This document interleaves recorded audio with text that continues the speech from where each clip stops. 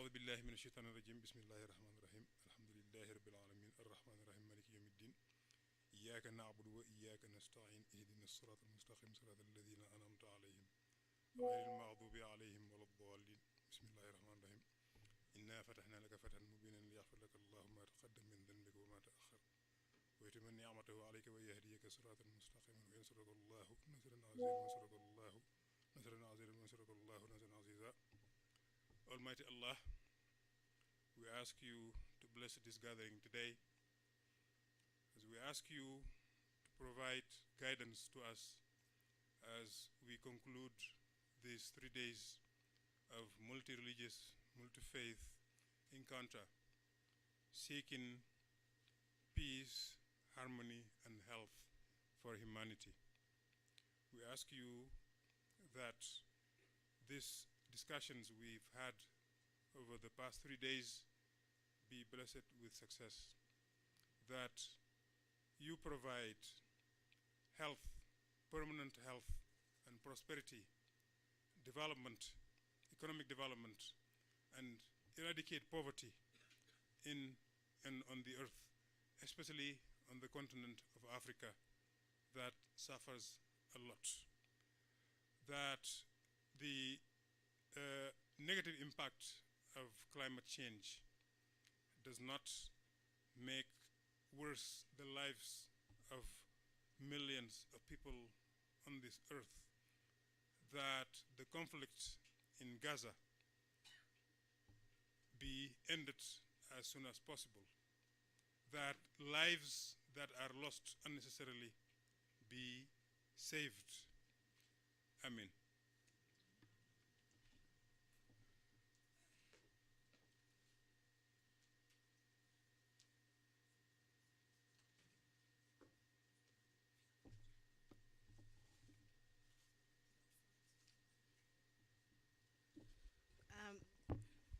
A few announcements again to remind ourselves. I want to ask at the technical level to put the image of Dr. Douglas Haber. Yes, so the condolence book is still at the registration booth, and we would like to remind you that you can pass by to sign, given that today is our last day. The number 2 item to bring is about the evaluation forms. So we are going to have a QR code here on the screen, which you can use with your phones to actually be able to scan it, and then you can start filling it from your phones, or you will find the forms already printed out at the registration desk. Forms are there.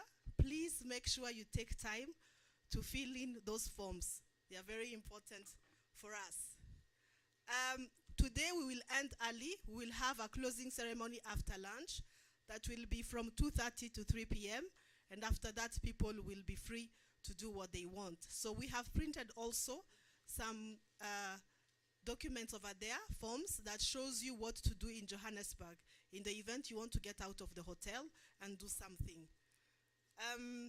The last item is about the exhibition posters that will be actually open again from 2 to 1 p.m. I hope that's okay, and everyone from 12 p.m. from 12 noon to 1 p.m. Thank you. And at this juncture, I have the honor of inviting to your moderators for the plenary session today. I'll start by a lady.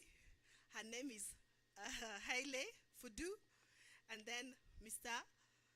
Rick van der Wood. Thank you. Please come. You just have to clap for our people who are coming. Thank you.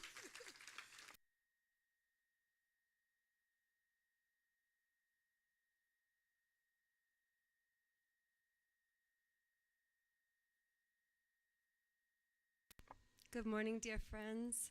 It's so nice to see the session is still full. Well done for showing up on the last day. Just to get us in the right spirit of the day, I know we did a little singing yesterday at photo time. I hope you remember the song. So we're going to invite you all to stand up. We are here. We are here for all of us. We are here here for all of us.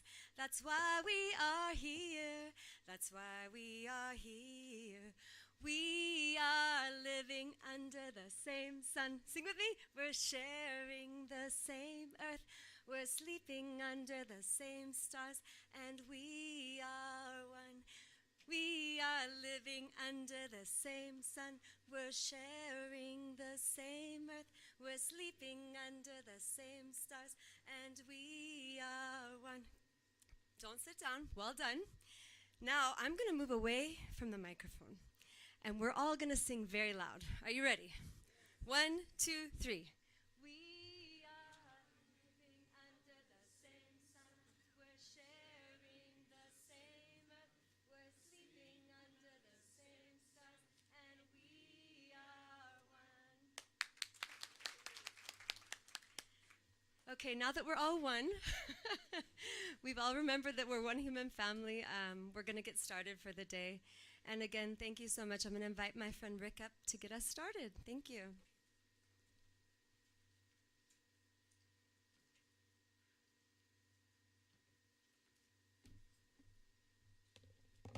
It's way too early to sing, but I did my best.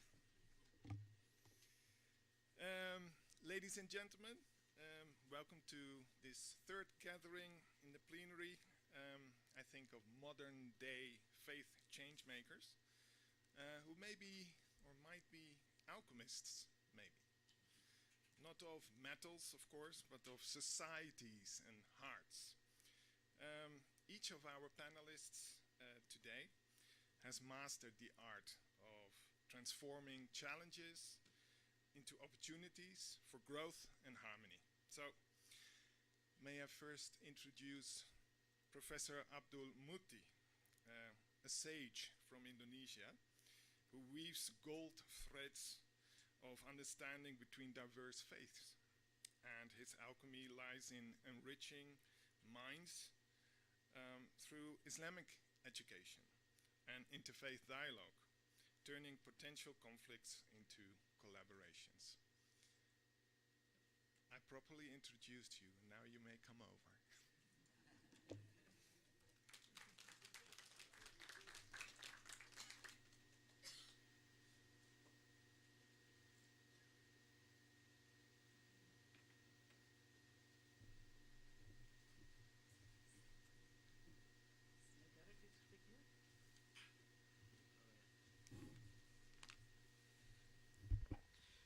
This podium seems to be too high for me. So, but it's okay. I follow the rules.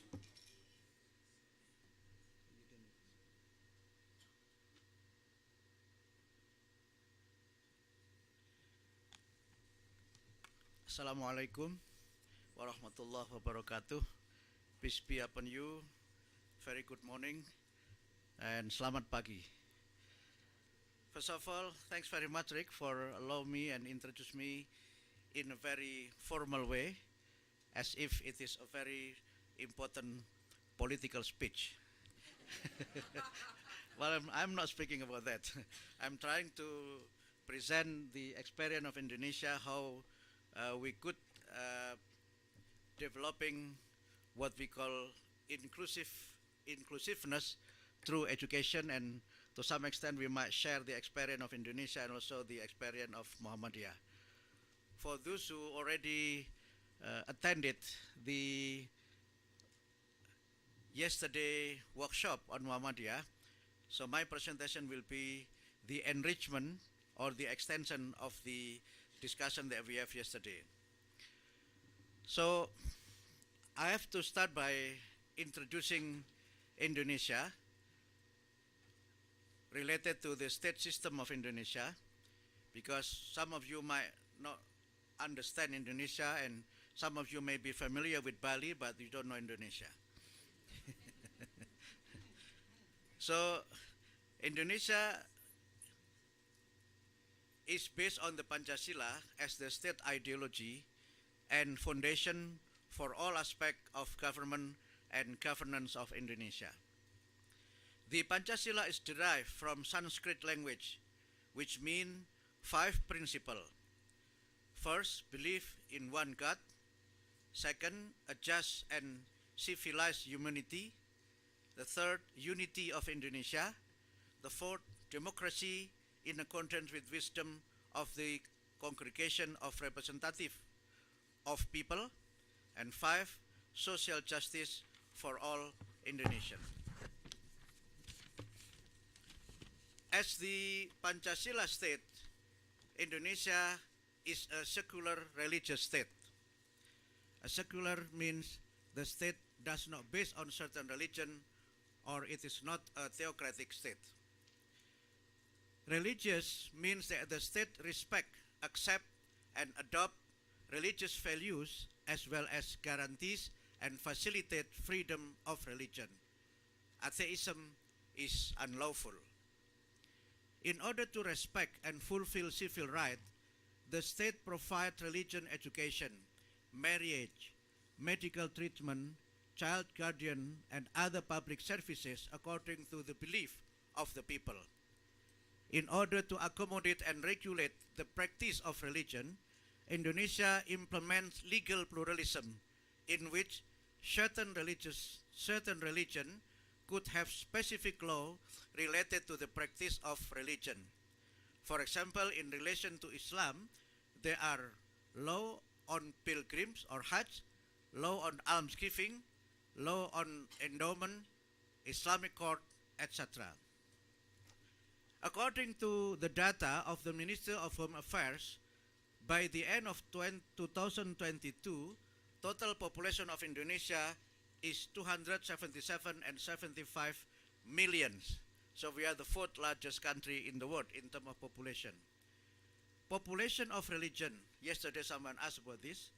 Muslim, 241.7 million or 87.02%. Christian, 20.65 million or 7.43%. Catholic, 8.5 million or 3.06%.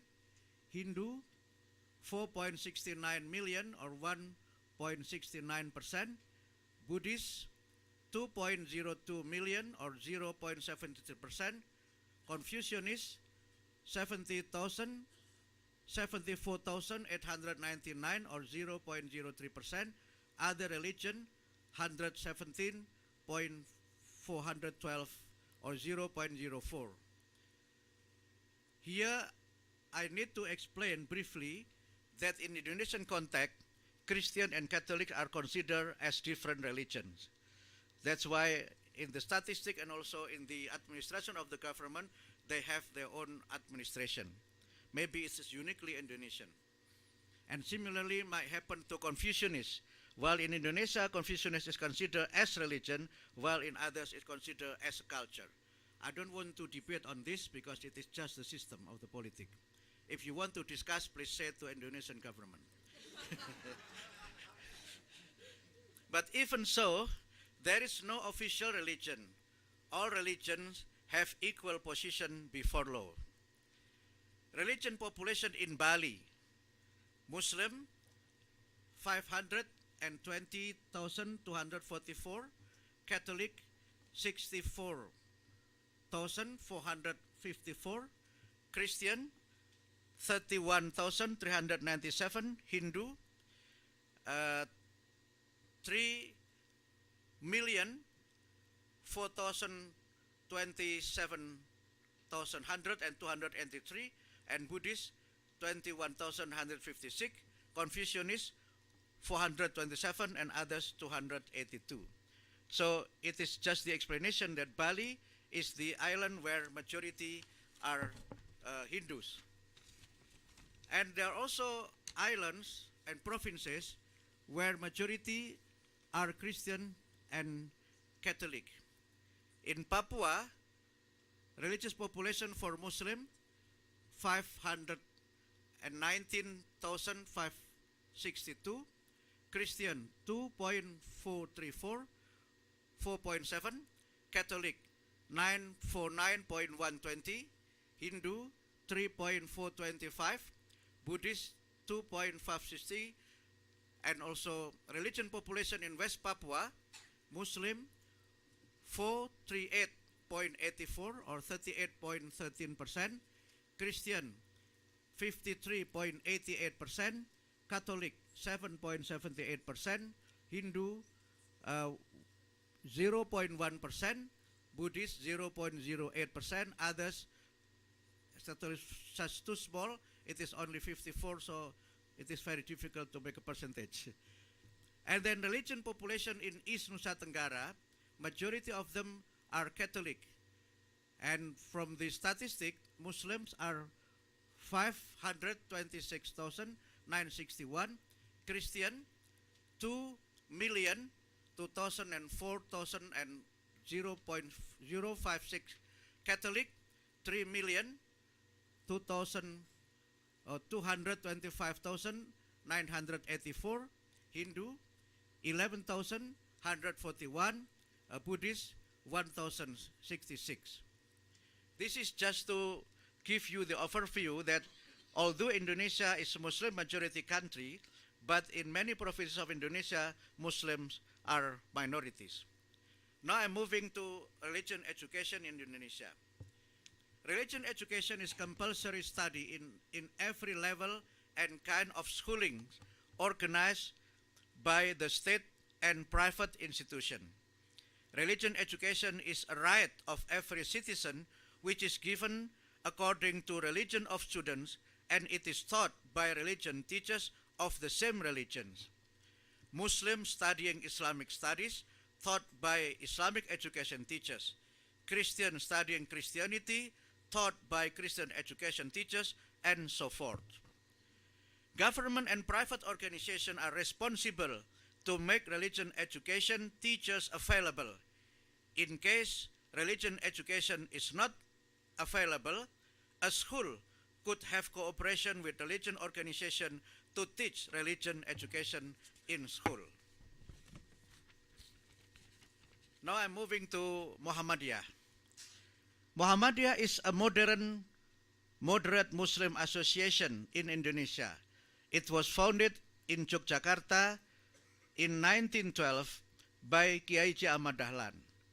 The structure of Muhammadiyah consists of 34 province board leadership, 475 district board, 3,947 suburban boards, and 14,670 village board. There are also special branches of Muhammadiyah in 30 countries and sister organization in 8 countries. Muhammadiyah is registered as a member of permanent consultative member of ECOSOC since 2011. Muhammadiyah organized social businesses such as schools, hospitals, orphanage, retirement houses, microbank, etc. Religion education in Muhammadiyah. Currently, Muhammadiyah has 5,345 primary and secondary schools with more than 1 million students, 174 higher education with more than 800,000 students, and more than 20,000 kindergarten, 22,000 kindergarten. There are Muhammadiyah Australia College in Victoria, Australia, Muhammadiyah University in Malaysia, in Kerajaan Perlis, Malaysia, and kindergarten in Cairo, Egypt, and Kuala Lumpur, Malaysia. Muhammadiyah education is inclusive. Students of Muhammadiyah schools have different racial, cultural, and religious backgrounds. There are also students from many countries with full scholarship from Muhammadiyah or private student with very affordable tuition fee. So this part including part of the promotion of Muhammadiyah education. And this is my final, less than 2 minutes. Now is the impact of this inclusive education becoming Christian in Muhammadiyah. In eastern part of Indonesia, namely Papua, West Papua, East Nusa Tenggara, and Southwest Papua, majority of students in Muhammadiyah schools and universities are Christian and Catholics. Obeying National Education Act, Christian and Catholic students in Muhammadiyah have religion education instructed by Christian and Catholic religion education teachers. Besides, Christian and Catholic students have opportunities to practice their religion as well as student religious organization. As a result of this inclusive education, Christian and Catholic students have association and also have engagement with Muhammadiyah. There are students called Christian Muhammadiyah. They are devoted Christian with strong engagement with Muhammadiyah. Thank you, Rick, for allowing me and tolerant with my extra time.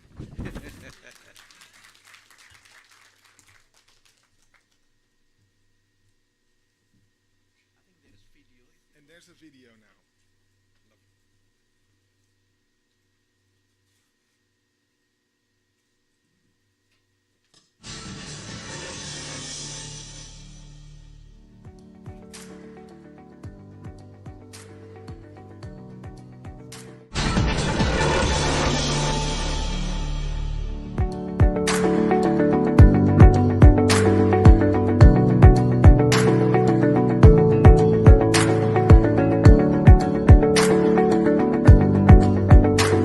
Perkenalkan, nama saya Ermelinda Ahale dari Prodi PGSD semester akhir, asal dari Kupang, NTT. Pengalaman saya kuliah di Unimuda, yang pertama saya merasa bersyukur bahwa walaupun saya berbeda agama dan juga profesi sebagai seorang biarawati, tetapi saya merasa bahwa tidak sendirian bersama teman-teman yang begitu banyak watak dan karakter yang berbeda. Saya merasa senang dan bersyukur bahwa di dalam perkuliahan ini kami saling mendukung, saling membantu. Saya memilih Universitas Pendidikan Muhammadiyah Sorong karena hanya di Unimuda yang memiliki program studi pendidikan guru sekolah dasar, sedangkan yang di lain tidak ada. Dan itu pun atas pertimbangan dan persetujuan dari pimpinan tarekat kami, Tarekat Maria Mediatrix. Saya melihat bahwa biar begitu banyak berbeda suku agama, tetapi ada saling rasa menghormati, saling mendukung dalam pendidikan, walaupun itu berbeda tapi selalu nampak persatuan di dalam Unimuda.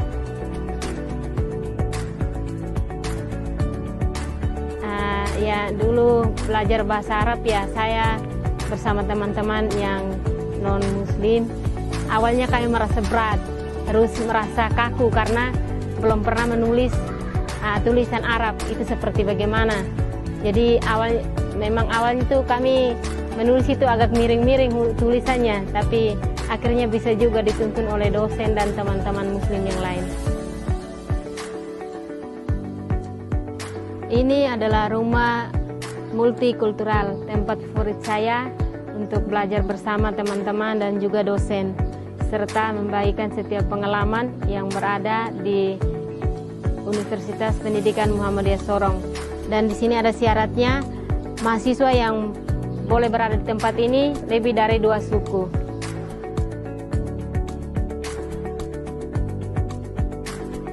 Semoga Unimuda tetap jaya, tetap mencerdaskan anak-anak bangsa, khususnya para pendidik-pendidik, calon-calon pendidik muda lebih baik lagi, terus disiplin dalam pendidikan maupun dalam hal apa saja, dan semoga Unimuda ini tetap berjaya dan terus maju untuk khususnya di Papua Barat ini.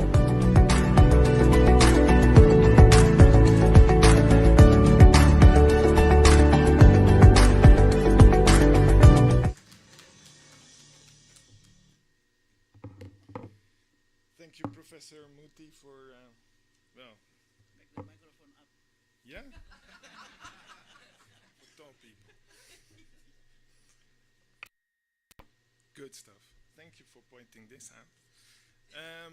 And if you were wondering what that guy was doing up there, well, we're benignly and politely keeping track of time.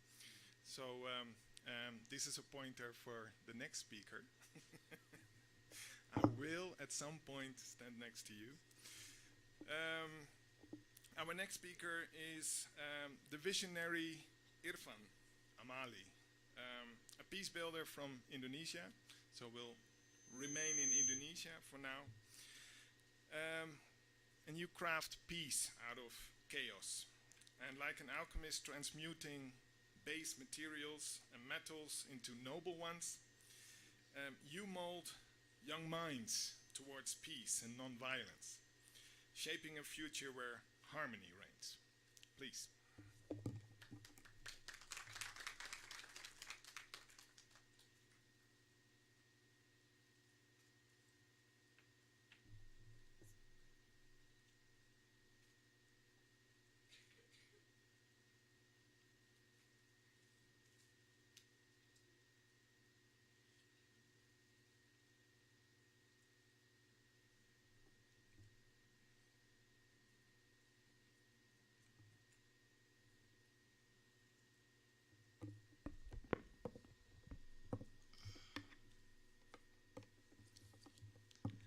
Good morning, everyone.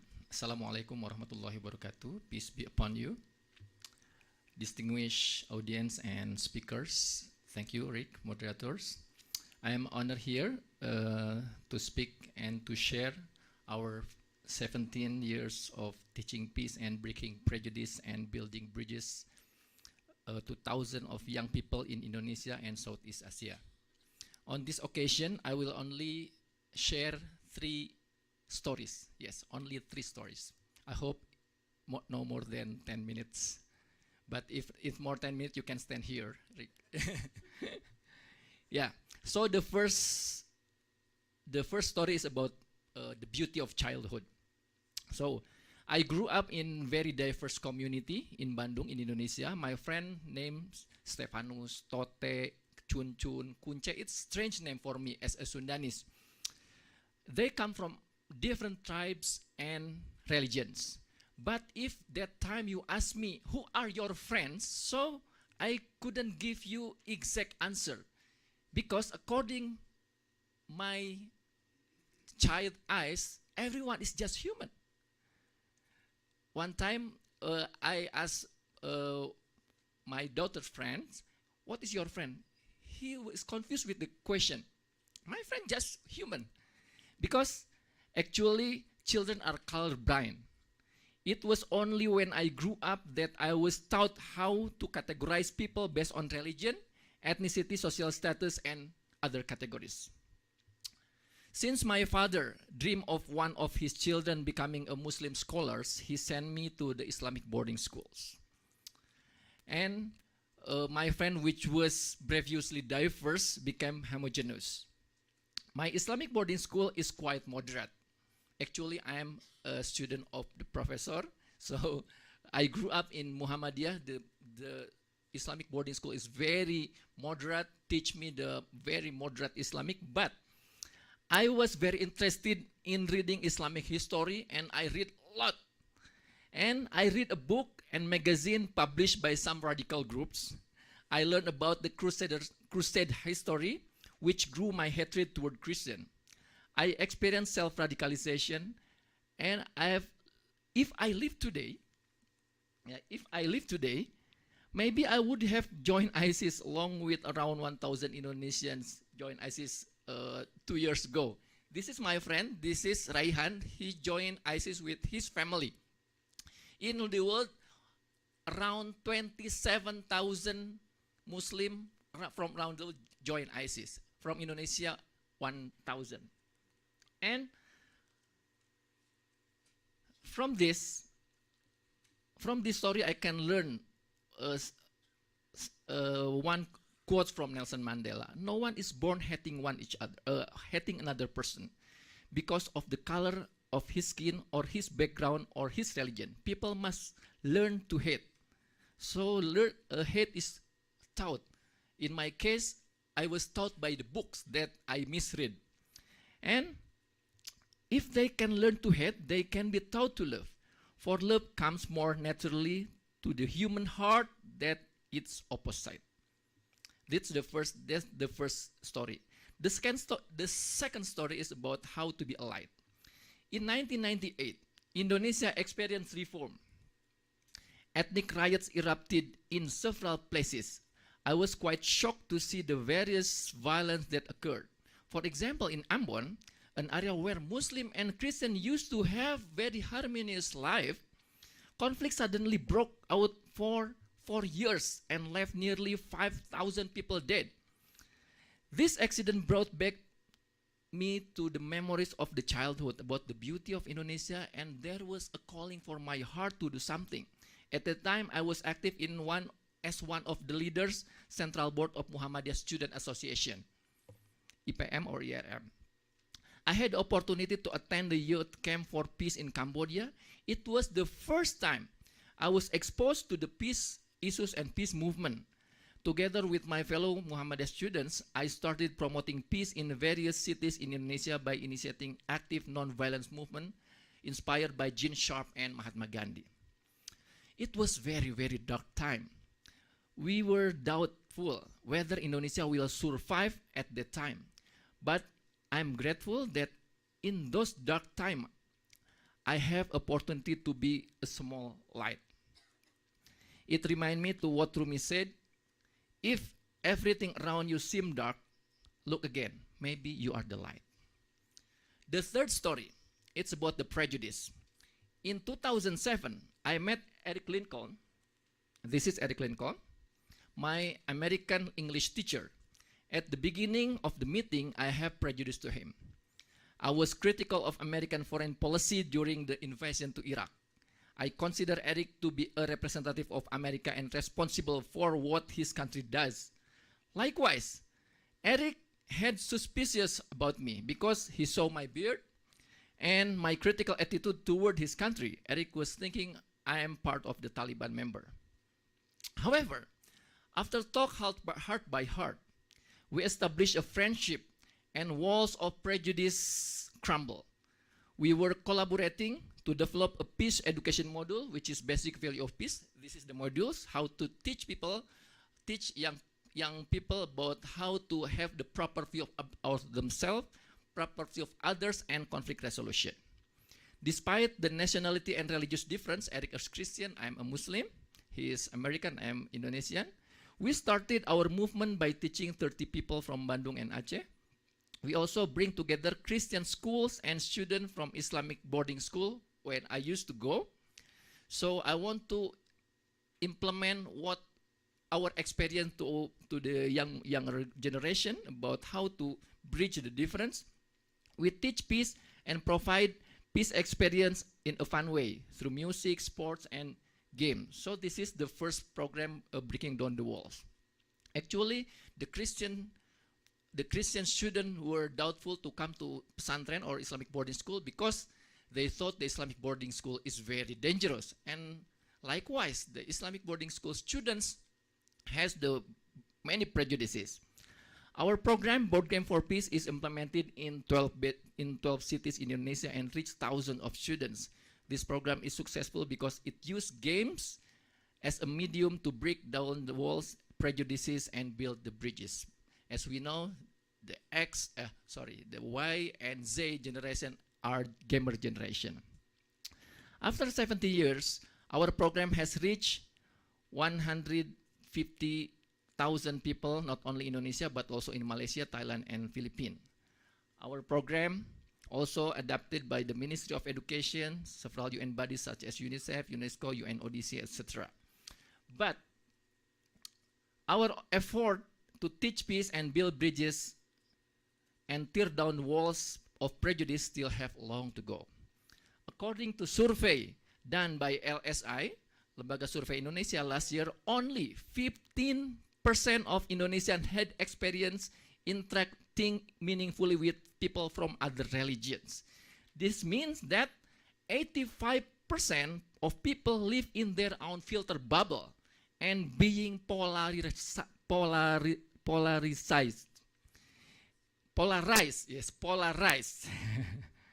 This is very vulnerable to the growth of prejudice, hatred, and conflict. Because according to conflict contact theory, this is the contact theory, the meaningful encounters will reduce prejudice and potential conflict.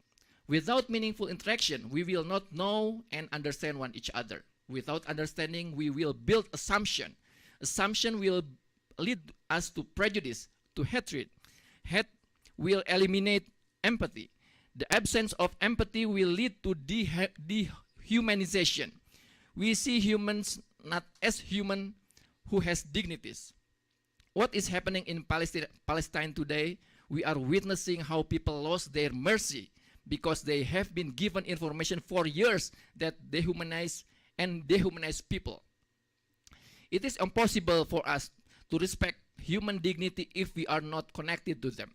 So our task is to break down the wall of the prejudice, build bridge and connect, have better understanding of other fellows of human being, so we can see human as human that have dignity to be respected. This is how dehumanization come because of the prejudice. To remove the prejudice, we have to build the meaningful contact, which consists of 4 conditions. The first condition, it should be have a common goal. The second one, all parties are positioned equally. And the third one, carrying out collaborative or non-competitive activities. And the last one, there is an authority that is trusted to be facilitator and guarantee the safety. Without those 4 conditions, contact will not work. By bridging people from different backgrounds, we have learned better to respect human dignity. Islam put high respect to human dignity as stated in the Quran. Whoever kills a human being, then it is as if he had killed all humanity. Prophet Muhammad said that the human dignity even more valuable than Kaaba. You have know that Kaaba is sacred building in Islam. However, according to Prophet, human dignity is more valuable than Kaaba. I would sum up this speech by the quote from Rumi. There is a field beyond all notions right or wrong. Come meet me there. Thank you very much. Assalamualaikum warahmatullahi wabarakatuh.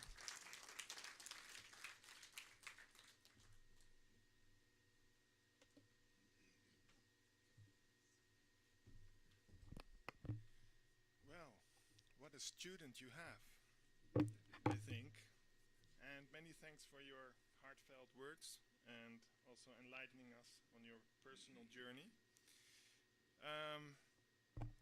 We are going to switch to Kenya, someone who knows how to go around with people and lives contact theory big time, is the esteemed Mama Shamsa from Mombasa in Kenya. And she's the epitome of a heart alchemist, I would say, transforming despair into hope. Her magic lies in rescuing youth from the clutches of crime and extremism, nurturing them into beacons of positivity and change. The floor is yours.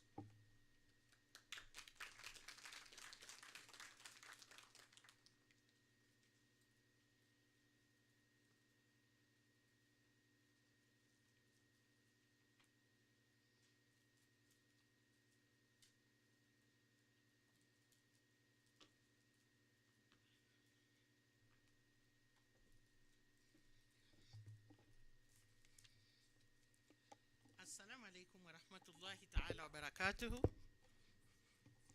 God is good and all the time. Peace be upon you all. I'll first start, before I go to my presentation, I'll first start by asking you a question.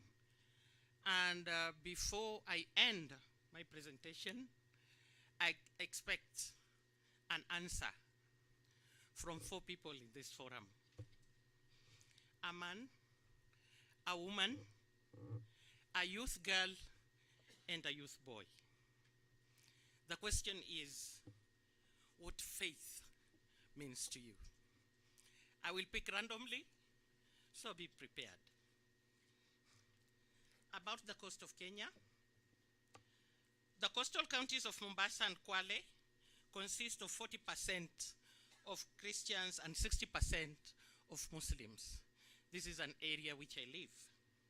The region is marked by poverty, a youth bulge, radicalization, violent extremism, and criminal gangs. The young people from the coast feel that the government is not looking into their needs, and they feel left out. The continued marginalization of the coast has disadvantaged women and the youth. A majority of women and the youth are not in leadership and decision-making roles. We come to my journey now. My tough upbringing is a major motivation to turn the youth from crime to community and empower women. I come from a village in Kenya which is very hostile. There are lots of criminal activities going on there, a lot of drug users. My faith as a Muslim has grounded all actions and service to humanity. And by the way, I was lucky and privileged to be brought up by two faiths. I was born as a Muslim, grew up as a Muslim, and adopted by my father, Father Cochran, who's from the Roman Catholic. And I'm standing here today on interfaith due to his work he did on me, due to the blessings he gave me and the motivation. Living and working in an interfaith environment has enabled me to understand and appreciate the other, and more so we are connected in so many ways despite our religious differences. Hence, involvement in the Mombasa Women of Faith Network and the Interreligious Council of Kenya for spiritual nourishment and to practice humanity. My inspiration, through faith in God who has created the universe, creatures and all human beings equal on account of his mercy, believers are called to express this human fraternity by safeguarding creation and the entire universe and supporting all persons, especially the poorest and those most in need. These are the words of Pope Francis. When I see society which has broken down, with youth who have lost respect and hope, with youth on drugs, as mothers, we must show the way. And we can only show this way by being together, irrespective of where we come from, irrespective of what we believe in. About my network. The Women of Faith Networks brings together women from religious leaders from different religious institutions to advance freedom of religion and belief and women's leadership. The network is an integral part of the worldwide interfaith movement. In Kenya, women faith actors use the platform to share experiences, undertake sensitization and advocacy campaigns to improve intra and interfaith relationships and combat violent extremism by, for example, reducing early marriage, teenage pregnancy, and high divorce rates. The women leaders have moved from intra-faith dialogue to inter-collaboration. Learning different faiths and visiting each other's places of worship has boosted tolerance and understanding. We jointly respond to common issues, the rehabilitation of over 600 youth gangs. Women are anchors of interfaith collaboration. Working together in an interfaith platform demystifies the misunderstanding among faith communities. Women religious leaders are change agents for eliminating harmful practices such as response to ending FGM, early marriages. Women leaders are strong advocates for soft approach for responding to PCVE and inculcation in national and subnational policies and budgeting processes. Women are natural mediators, beginning from the family setup, building trust between the youth and policy makers. I'm coming to my question now. Sorry. My mother here, what does faith mean to you?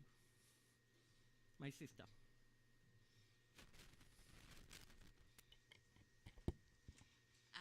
My faith means everything to me. It is the source of my life. It is the direction. It is where I get my ethics, vision for life, participation in justice. Everything starts and ends with my faith. Did you hear at the back row? Did you hear? I'm coming to the back row. There is a girl there nodding her head with a black suit and a white shirt. Can you tell us what faith means to you? Don't look behind, it's you.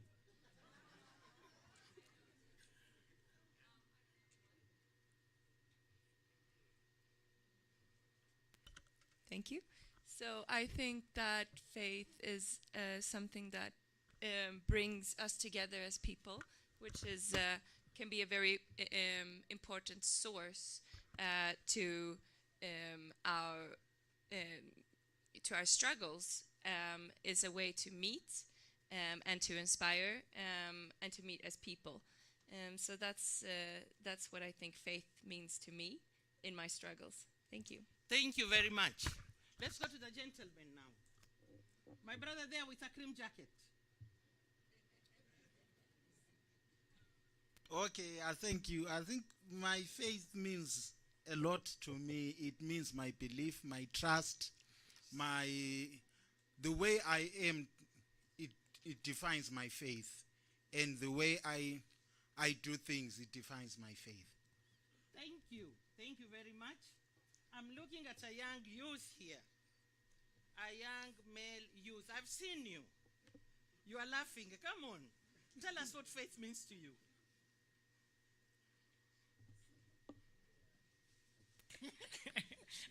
I kind of knew this one was coming for me. For me, faith is sort of the grounds on which the land on which I erect the tent of living. How I find my way through the world, navigating the world, being on the journey. But also faith means being on a journey with others that share in my faith, but also others who don't share the faith that I have, and those others who might not have a faith. So it's really for me sort of a way in which I navigate the world. Thank you, ma'am. Wow, that was excellent. Different answers, but going to the same common goal. Have you seen how faith can be applied? So you be the faith change makers, as per the title of this forum. You feel motivated when you have faith. You feel you can move forward when you have faith. It's a pillar of belief and trust, as my brother there said. I'm going to the youth, my last message to the youth. You don't get tired of doing good work. You can make change right where you are. Be the change you want to see. Look in the mirror. Are you pleased with what you see in the mirror? Because the mirror predicts who you are. We have to talk to each other. I have to know what you feel, and you have to know what I feel. Dialogue begets harmony, understanding, and respect. And these are the mantras we use to change the radicalized youths. Shared understanding of human fraternity is the way to reduce many economic, social, political, and environmental problems that weigh so heavily on a large part of humanity. We have a problem. Once you get an award, you forget why you initially got that award. Never break bridges. The award, the certificate of good conduct you get should define who you are and not detach you from humanity. I would really like to thank Interreligious Council of Kenya, and all actors who played a very important role behind the scenes to make this workshop commendable. Thank you and be blessed.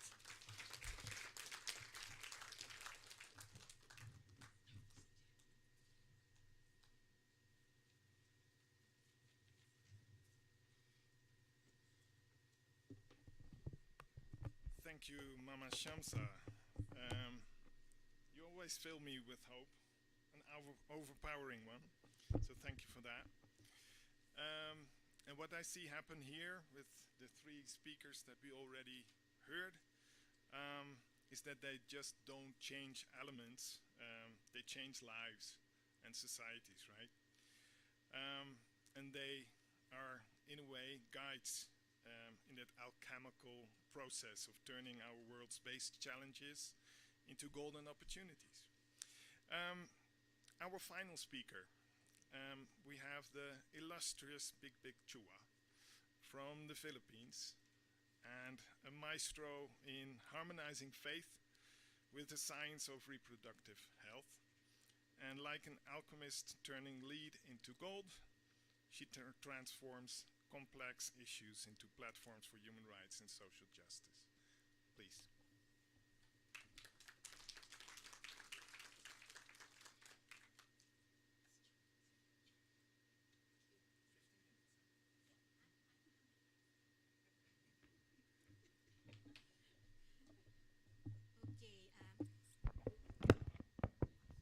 We Asians, especially Southeast Asians, we need our platform here. So you would see me.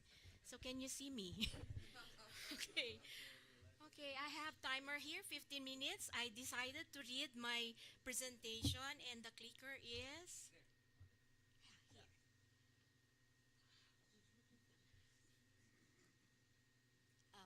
Okay. So the time starts now, 15 minutes, my precious 15 minutes. Okay. Good morning, everybody. Thank you for the privilege of sharing with you what we have done and continue to do so in promoting gender justice and sexual and reproductive rights in the Philippines. Addressing SRHR, that's sexual and reproductive health and rights, and gender justice within the context of religion, faith, and spirituality involves navigating complex cultural, social, and theological dimensions. Many religious traditions have historical interpretations and practices that may contribute to gender inequalities. However, it is important to note that interpretations of religious texts, traditions, and practices can vary widely, and there are individuals and groups within each faith community working to promote gender justice and SRHR. I am Big Chua, co-founder. There you go. Co-founder of the Catholics for Reproductive Health, a faith-inspired organization that was born at the height of adversarial and acrimonious debate during the campaign for the passage of a national policy on family planning and reproductive health.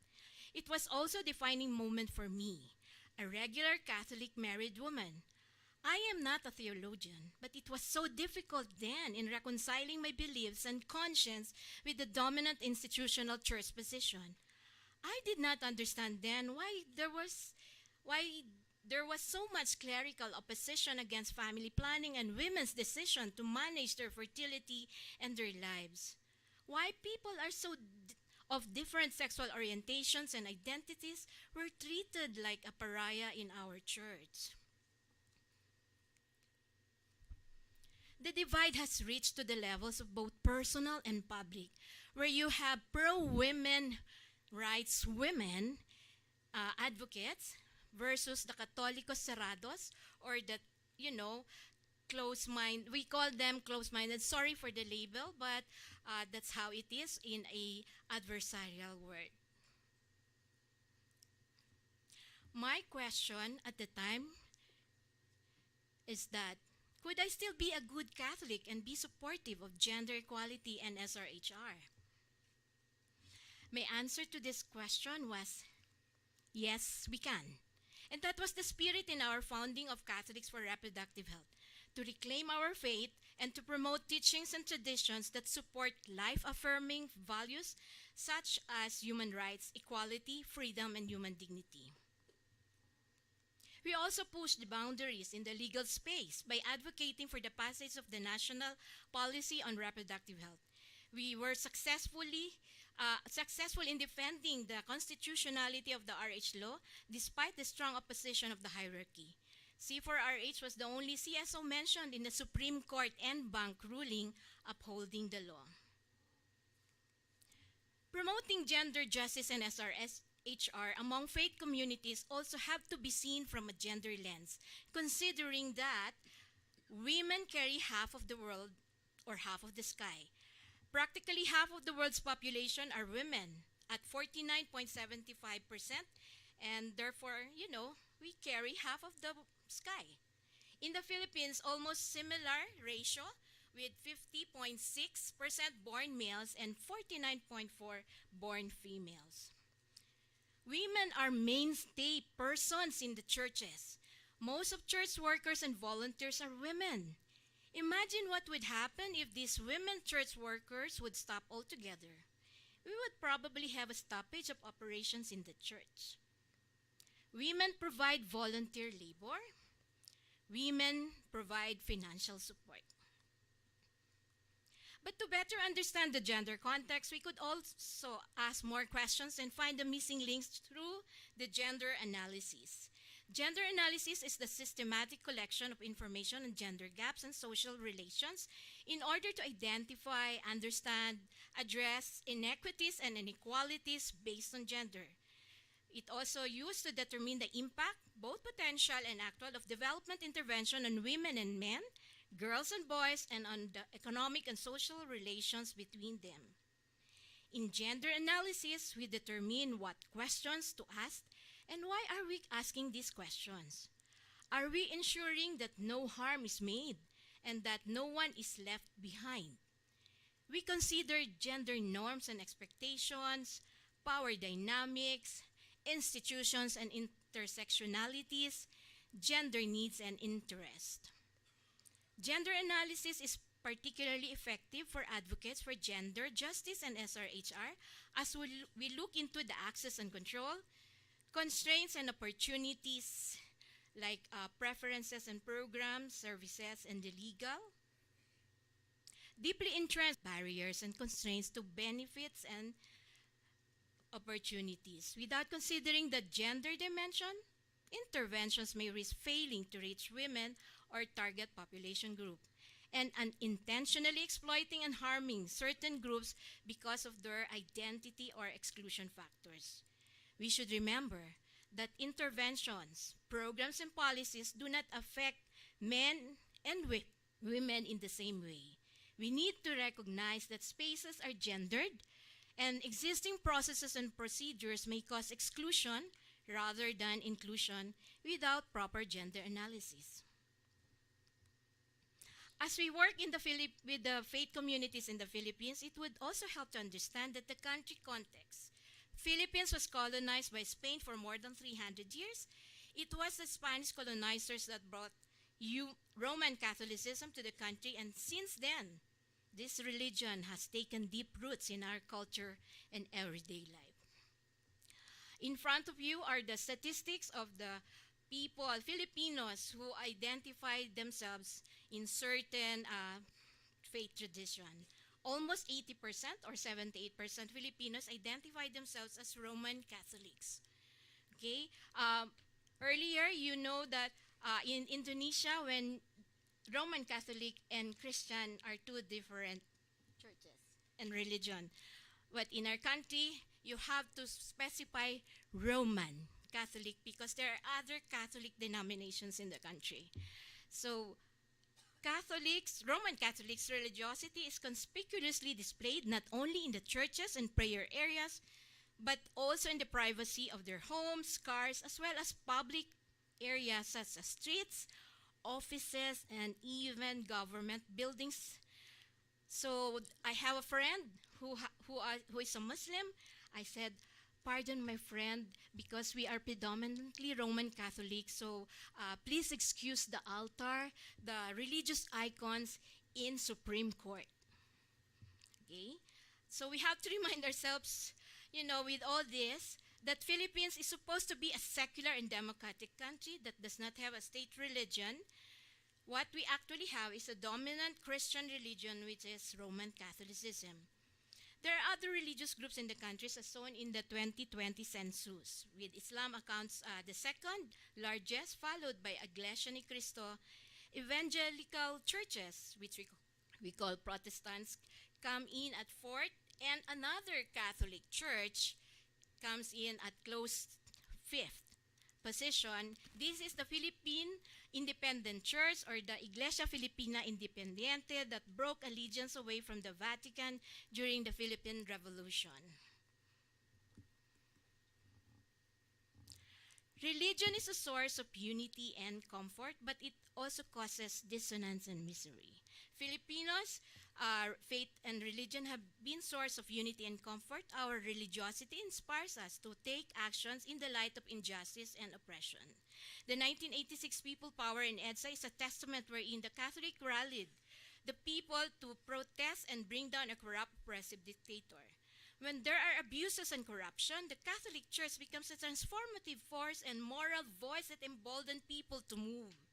In situations of poverty and conflict, in humanitarian settings, the Church becomes the sanctuary and center of care.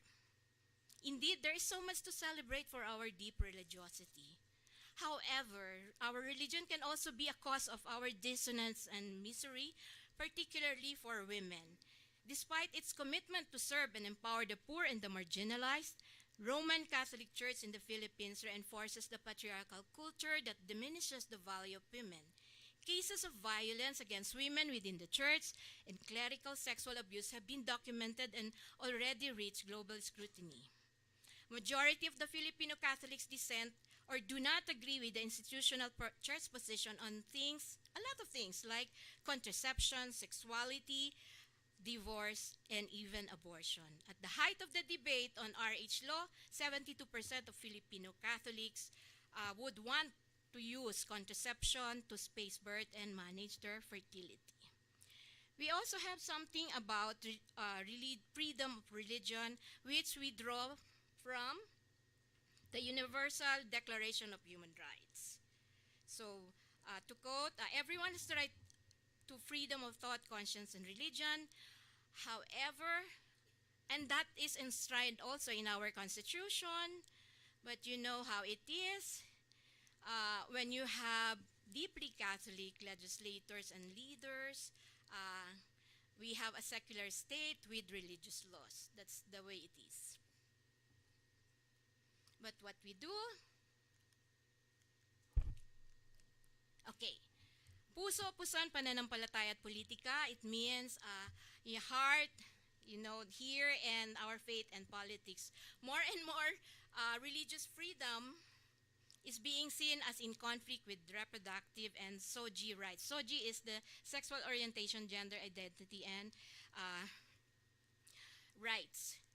Instead of freedom to exercise individual conscience and autonomy for believers and non-believers alike, we are seeing religious morals being codified and legislated and eventually used to prevent others from fully achieving their dignity and worth.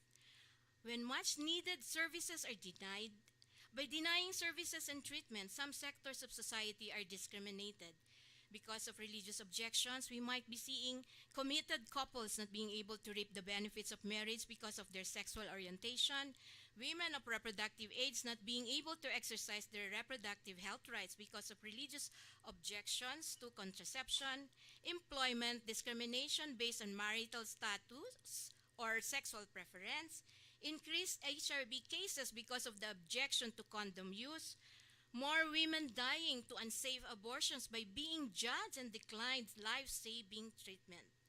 Discrimination happens when a person or group is treated differently and unequally based on religious morals. So what we are doing now, we are actually promoting a religion of compassion.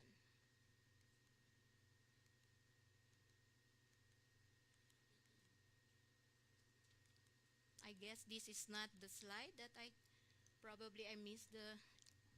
Anyway, in the Universal Declaration of Rights preamble, it recognizes the inherent dignity of and worth of human person and of equal and inalienable rights of the members of the human family, men and women.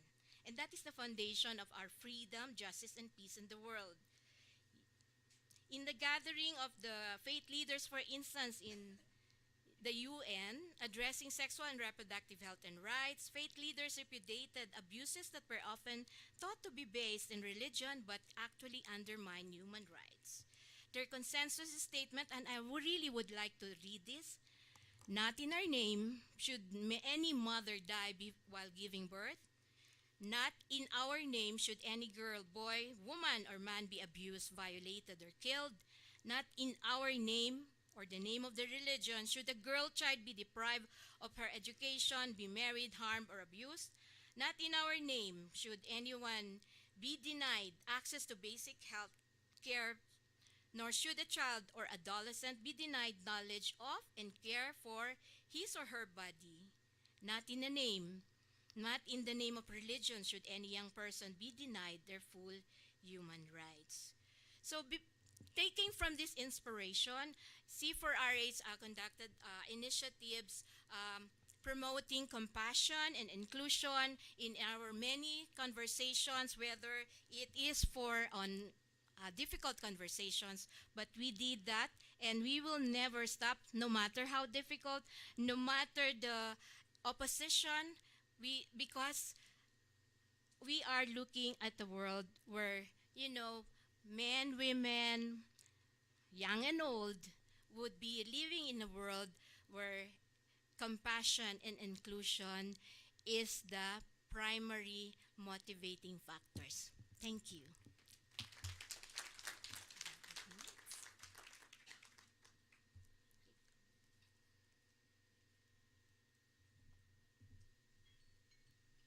Does this one work? Yes. Slowly our panel is filling. Thankfully we're now at 4. And thank you for your enlightening speech on the nexus of gender, sexual and reproductive health and religion in the Philippines. Thank you for that. What we will do now is ask quick questions, because Mama Shamsa also needs to go to the airport. She needs to catch a flight at 11, if I'm not mistaken. Noon. Ah, noon. Okay. So it's wonderful that you're still with us. No, I'm supposed to be there 2 hours before. Okay. It's an international flight. Yeah. Let us be led by the authorities. Yes. But a 1-minute question to you. What is the greatest obstacle in your work, and how do you overcome this? 1 minute.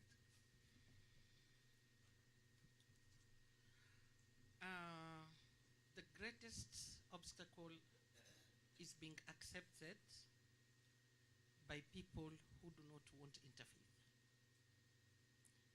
We still have religious leaders who do not want to interfere. And you know, religious leaders command a lot of respect. Religious leaders have a magnet of talking to people and people believing in them.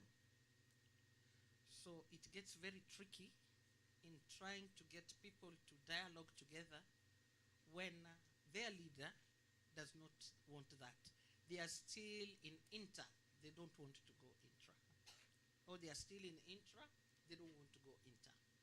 That is the greatest obstacle. And how I overcome it?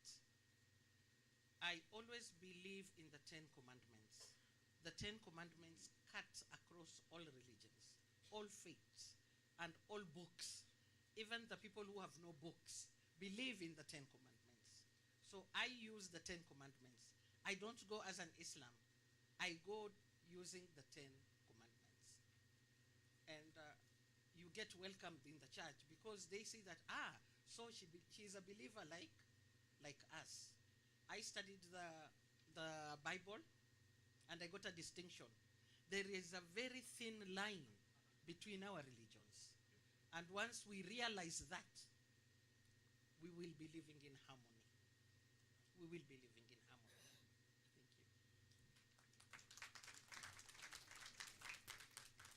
Thank Thank you. you. Yeah, and religious leadership is a special kind of human. Yes. But also in a hard spot.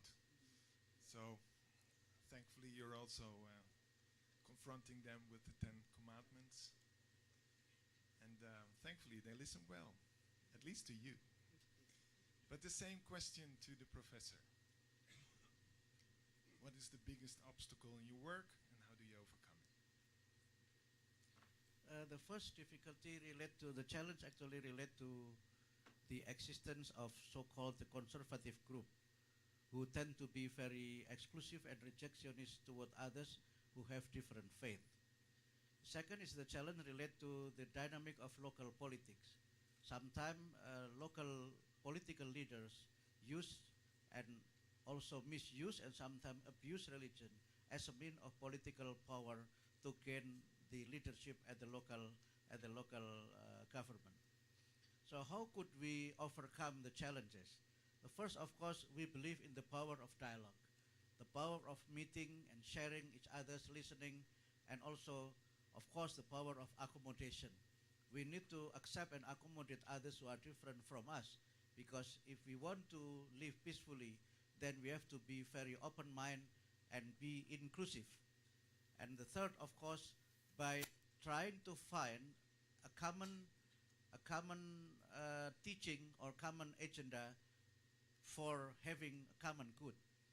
These are the experience that we could have in the context of Indonesia and in the context of how we could building an inclusive education regardless the differences of religion of students in Indonesia, and how we could have an inclusive education regardless cultural and racial differences in Indonesia.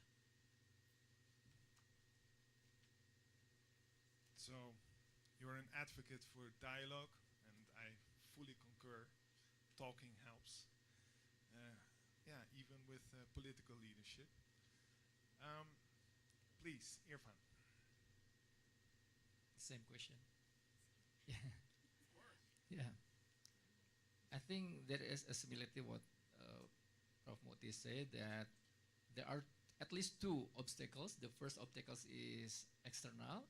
When we started our movement 17 years ago, many doors closed, because at that time, if we mention about the tolerance, it means secularization, and it means something imported from the West. So if you come to schools or the community want to teach peace and tolerance, so they feel offended or accused, we are not tolerant, we are not peaceful, and you bring something from somewhere else. So that's why Peace Generation started teaching peace using faith-based values. So we rooted to Islamic values, because I'm Muslim and Eric is Christian. We have the Muslim version and Christian version. So we've convinced to the people that this is the value rooted to our beliefs. For example, also we have the program in Philippines. It's well accepted in Mindanao because we are maybe the same Muslim, and also we have many in commons, but there is something trivial, but it's essential for them. For example, when we come to Aceh, which is very, very Islamic, even T in the font letter, cross is not acceptable. So we have to change all the printing. And when I came to Philippines, I have to maintain my beard. And Eric, my friend, he couldn't go there. And I have to use something that identical with the Muslim, something like that. It's not essential, but for them it's essential, for the sake of the acceptance. Yes. To be clear, I love your beard. But it's also an interplay of perceptions, right? And language, but also a willingness to be flexible. So thank you for that. Big. Yes, a little bit about myself. I'm a graduate of the University of the Philippines, State University. We have two churches in the campus. We have the Roman Catholic Church and the Protestant Church across each other. In the Catholic Church, you have the suffering Christ, the Christ on the cross. In the Protestant Church, you have a resurrected Christ. And I said to myself, they should have introduced me first to the resurrected Christ, because it's a happy place, not a religion of suffering. So essentially, that is a major a major concern in speaking out, coming from my faith as a Roman Catholic, that Roman Catholicism is a religion that is embracing and nurturing. When you have this symbol of suffering Christ. And even in our culture, the more you suffer, the more you earn points in heaven, indulgencia in Spanish. So those are the things that we need to address and expound on the positive fundamental teachings of our church. I don't actually fear fundamentalism if it means the original love, compassion, justice, and peace values of the Roman Catholic Church, or even any church for that matter. But if the fundamentalism is being used to radicalize people and members of the community, that is something I am very, very afraid. So, how do we address that? Again, education is the key. We need to orient our members of community to educate themselves, arm themselves with information so that they can make an informed choice. It's difficult to make choices if you are not properly informed. You also have to address the pastoral, not the pastoral, but the temporal concern. It's very difficult to pray to God when you're hungry. You are suffering. So we also have to address that. So we do a lot of intersectional discussions and even services in the Catholics for Reproductive Health. Thank you. And thank Haley you. and I wanted to turn to the Yeah, but I think also we'd like to just ask everybody again to thank our panelists, and thank you, Rick, for moderating this. And we'll let them off the stage now, especially Mama Shamsa. And I need a hug. No, Kesita, thank you. Thank you so much. God bless you. I'm going to make a prayer for you. Okay. Yeah. Okay, thank you both so much.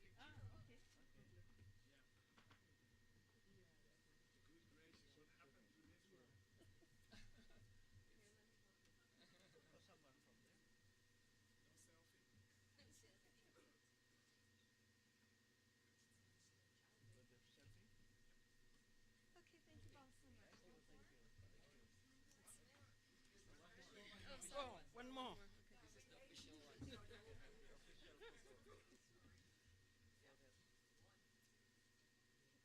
Rick, stop with the selfies. Okay. Thank you. Thank you.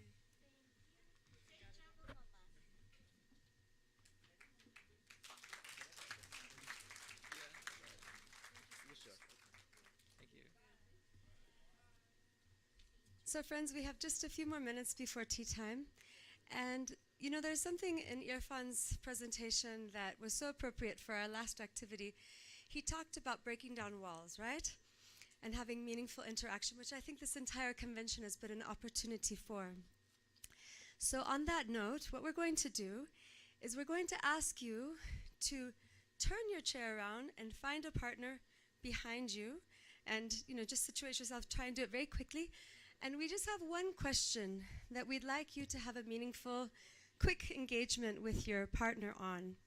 And as you have this engagement, we want to ask you a favor. We want to ask you, please, to look your partner in the eye and practice active listening, which means you're not waiting for your turn to talk and thinking, oh, what am I going to say? What am I going to say? But instead, focus completely and utterly on truly hearing.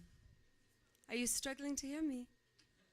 Oh, is it the translator who's struggling? Am I talking too fast? Gentleman in the box? Thumbs up, okay. So friends, as I said, we're going to practice active listening and having meaningful conversation with one another. And we have a guiding question for you and your partner. So it's a very simple question. The question is this. Please, with your partner, maybe 1 minute each, please ask yourself this question and then share your answer with your partner. And the question is, having heard all these inspirational talks just now, but also during the course of the panel discussions and plenary sessions, what is it that you would do differently? What is it that you will do differently when you return home to build a more vibrant and healthy community? with the new knowledge that you've gained in this space. So please now just face your partner, and you have just about a minute each to engage with one another. Go ahead. What will you do differently when you return home to build a more vibrant and healthy community?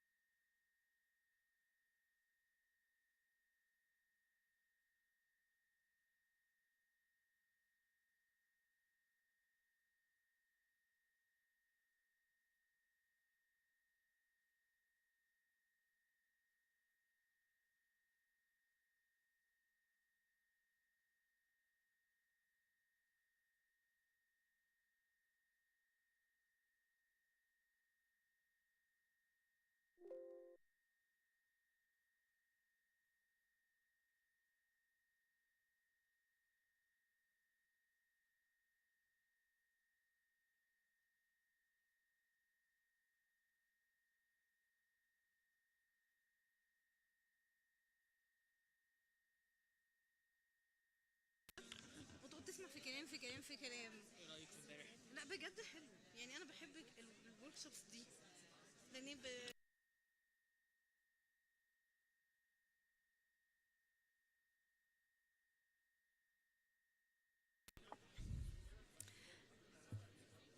Shalom, salam, alawapa, namaste. Thank you. Dear friends, please wrap up your conversation in the next 10 seconds.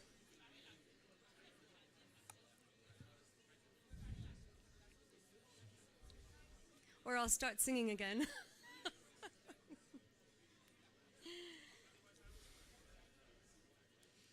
We are here. We are here for all of us. We are here for all of us. That's why we are here. That's why we are here. Siyabonga friends, if I can ask you please to face the front again. Siyabonga in Zulu means we thank you. So dear friends, this is the end of the final main session of the day. And if I could just ask you all to take a deep breath in and exhale. Breathe in all the new knowledge that you just took in. Exhale all the negativity and preconceptions that we got rid of during this convention. Let it go. Breathing in the fresh and letting go of what we don't need anymore. Breathing in the fresh and then being so fresh that we then exhale freshness to the rest of the world.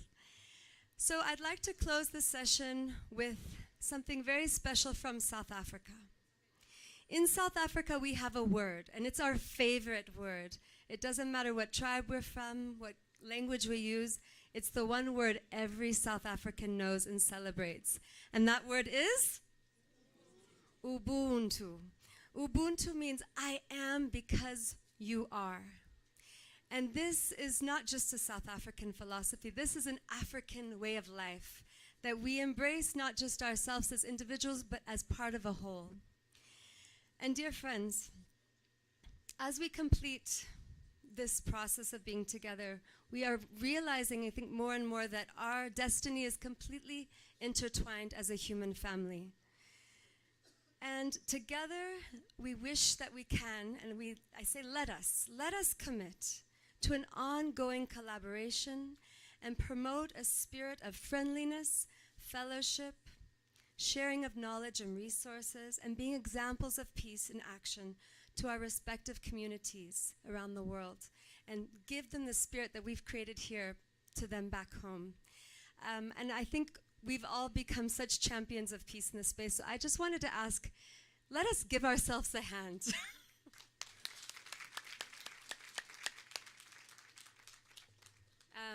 And friends, the last little announcement is that we have been asked to please complete the survey before we leave today. And I know it sounds like a technical thing, but part of the process we talked about yesterday of true change happening is a process of action and reflection, right? So by doing that survey, it allows us to reflect on what worked well here and what we could do better next time in order to improve our service to humanity as organizations. So please don't take that survey lightly. Like, please take it as a sacred task that we've asked you to do. And on that note, dear friends, enjoy your tea, and thank you for being with us this morning and this beautiful week. Sorry, before you get up, I just want to make sure that you all heard Celine, what she said. There is a closing ceremony, right? So if you are not running away, please make sure to join the closing ceremony. Siyabonga kakhulu.